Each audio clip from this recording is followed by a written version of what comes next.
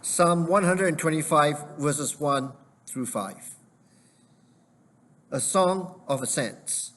Those who trust in the Lord are like Mount Zion, which cannot be shaken and endures forever. As the mountains surround Jerusalem, so the Lord surrounds his people, both now and forevermore. The scepter of the wicked will not remain over the land allotted to the righteous, for then the righteous might use their hands to do evil. Lord, do good to those who are good, to those who are upright in heart. But those who turn to crooked ways, the Lord will banish with the evildoers. Peace be on Israel. Psalm 125, verses 1 through 5. Psalm 125 is a song of ascents. This means that it is sung when the Jewish believers make their pilgrimage to Jerusalem for festivals like Passover. From all over the Mediterranean, the Jewish pilgrims make their journey to Mount Jerusalem, which is affectionately known as Mount Zion. This is the place where God dwells or lives. God dwells in Zion. Therefore, Zion is known as the destination for all these pilgrims of Psalm 125. It is the great King David who conquered Jerusalem and established it as the spiritual capital of Israel. Jerusalem is located on a mountain. That is why Psalm 125 is part of the collection of songs which are called the Songs of Ascent. As pilgrims make their journey to Jerusalem, they climb up the mountain to Zion. Jerusalem is not the only mountain that exists.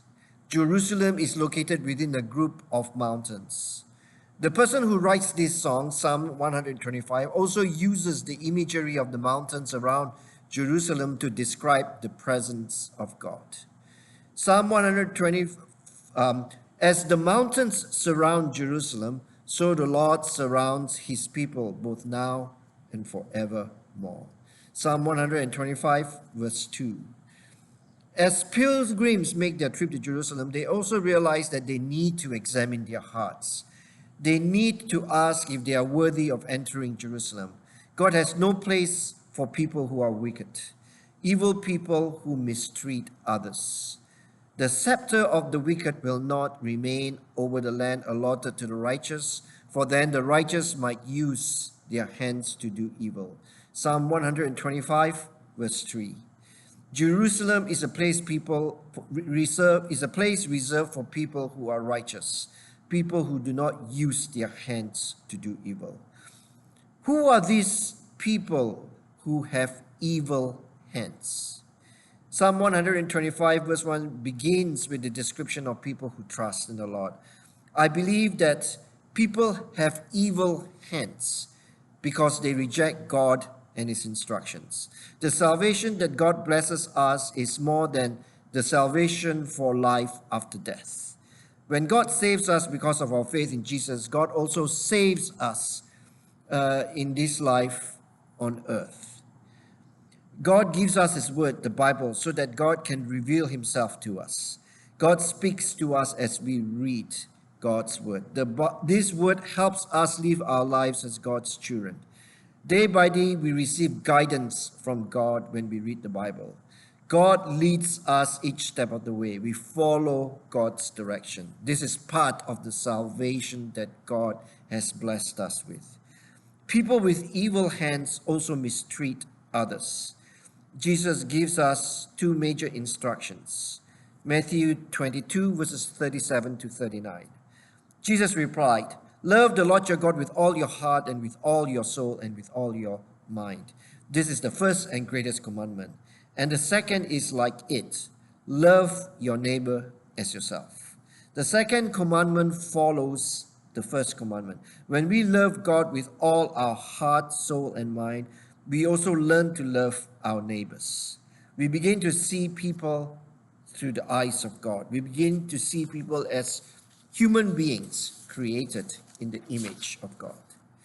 The psalm ends with a prayer for God to do good to those who are upright in heart. Lord, do good to those who are good, to those who are upright in heart. But those who turn to crooked ways, the Lord will banish with evildoers. Peace be on Israel. Psalm 125, verses 4 to 5. The songwriter appeals to God for blessing because they have been upright in heart and worked at having clean hands in their lives, free of evil. Here in the last part of Psalm 125, we are reminded that if we keep being upright in heart and trust God, God will be there for us.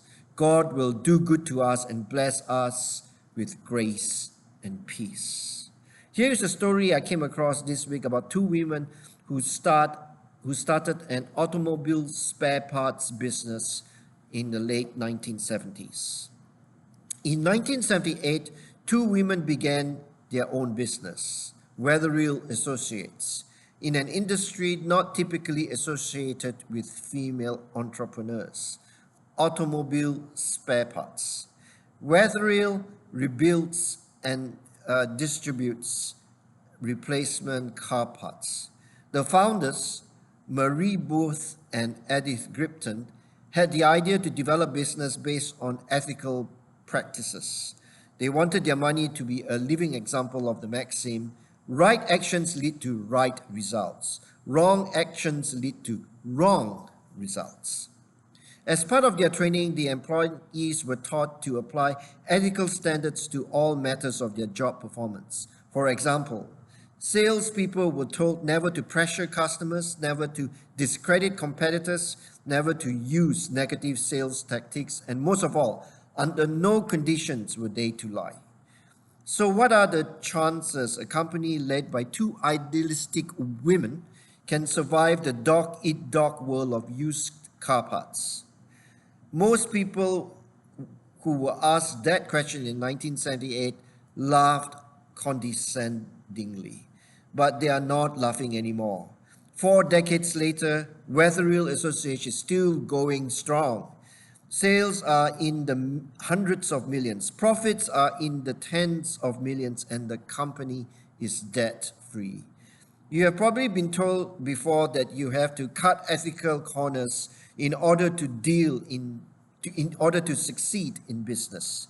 This kind of thinking has even worked its way into church ministry. In contrast, God's words reminds us of the real truth. We reap what we sow.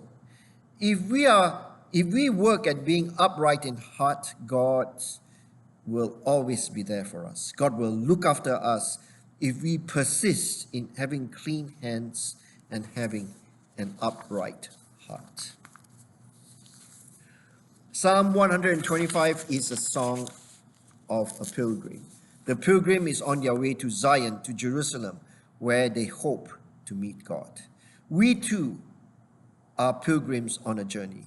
We are blessed to celebrate God's provision and God's goodness in our present life. When we have put our trust in Jesus, we realize that we are created for another world.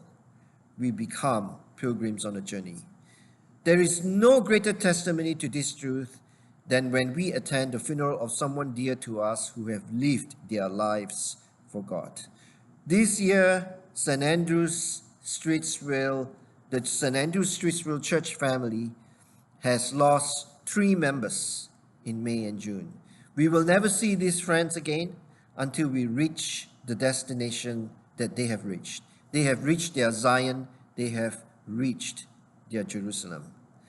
Psalm 125 tells us that until we reach that destination, we are to do 2 things. First, we are to do good. We are to avoid having evil hands. We are to keep close to God and love our neighbors as ourselves. Second, we are to trust in God. Those who trust in the Lord are like Mount Zion, which cannot be shaken and endures forever. Psalm 125, verse 1. In our experience of life in the past 4 years, especially when we faced a pandemic, we have come to understand that life is fragile. Who do we turn to when we face these challenges of life? We turn to God, who is like Mount Zion, which cannot be shaken but endures forever. We also need to remember that God is there even when before we can turn to God. As the mountains surround Jerusalem, so the Lord surrounds his people, both now and forevermore. Psalm 125, verse 2. We might not always be aware of it, but God is always there for us. In fact, the singer of Psalm 125 tells us that the Lord surrounds us both now and forevermore. God is with us in the past. God is with us in the now. God will be with us in the future. Here is a story from Carl. Carl is at a swimming pool with his wife. He writes this story in a devotional booklet. My wife and I were at the pool when a young family arrived. The father took his daughter into the water and was teaching her to swim. She was calm and tried to swim as long as her dad was holding her. But when he let go, she squealed, struggled, and yelled for him. Her dad tried to soothe her, saying, "I'm right here. You won't sink." When she was connected to her dad, she felt safe. But when that connection was broken, she became anxious and fearful. Watching that father and daughter made me think about my relationship with God. As long as I stay connected with God through prayer and study, I do fine. But when I begin to lose trust that God is working in my life, or simply neglect to turn things over to God, I start to struggle and sink. My failure to trust increases my doubt, and doubt causes anxiety. But those feelings diminish when I lean in and trust God's strong touch that lets me know God is always within reach. The singer of Psalm 125 reminds us that God is always within reach. The pilgrim is on their way to Jerusalem to celebrate Passover. They might be far away from Jerusalem. They might be in Babylon. However, because they are Jews, they want to be in Jerusalem for Passover so that they can celebrate the God who saves them. Israel is the people of God, even though they might be exiled to Babylon. God is with God's people, even though they are far away from Jerusalem. Therefore, what is the purpose of making the pilgrimage to Jerusalem? When we trust God, the journey is as important as the destination. I have been reading the Psalms for a long time. The Psalms have helped me pray. The Psalms give me words to say to God when I am at a loss for words. Every day I read a Psalm. God speaks to me through the Psalms. I speak to God through the Psalms. It does not matter where I am when I'm praying or reading the Psalms. I might be at church. I might be at home. I might be at a coffee shop. I might be on vacation. God is there speaking to me, and I am speaking to God, consciously or unconsciously. When Naomi was 8 years old, she wanted to be a missionary in another country. However, as she got older, she did not get to fulfill her dream. When I was 8 years old, I told God that I wanted to be a missionary. I thought this type of service was the only way to show my commitment to God. As I grew older, I tried to pursue my dream of mission service, but the doors always closed. I didn't understand why God wouldn't use me. Eventually, God led me to the role of wife, mom, and small business owner. It wasn't what I expected, and at times I felt disillusioned. But what God began to show me was that my call was to be faithful in using what God had entrusted me with. God's plan for me was not full-time mission work in a far country. It was here in my ordinary life that God wanted me to serve. Whatever our vocation, we have people around us who need God's love. God may call us to be servants right where we are. When a neighbor is going through a hard time, a card, a visit, or a home-cooked meal could be the answer to God's call. Similarly, if an elderly acquaintance needs a ride to a doctor's office, we can be ready. When we become the hands and feet of Christ to those in our sphere of influence, we are indeed missionaries. God is there with me wherever I am and whatever I do. God is like Mount Zion, which cannot be shaken, but endures forever. Amen.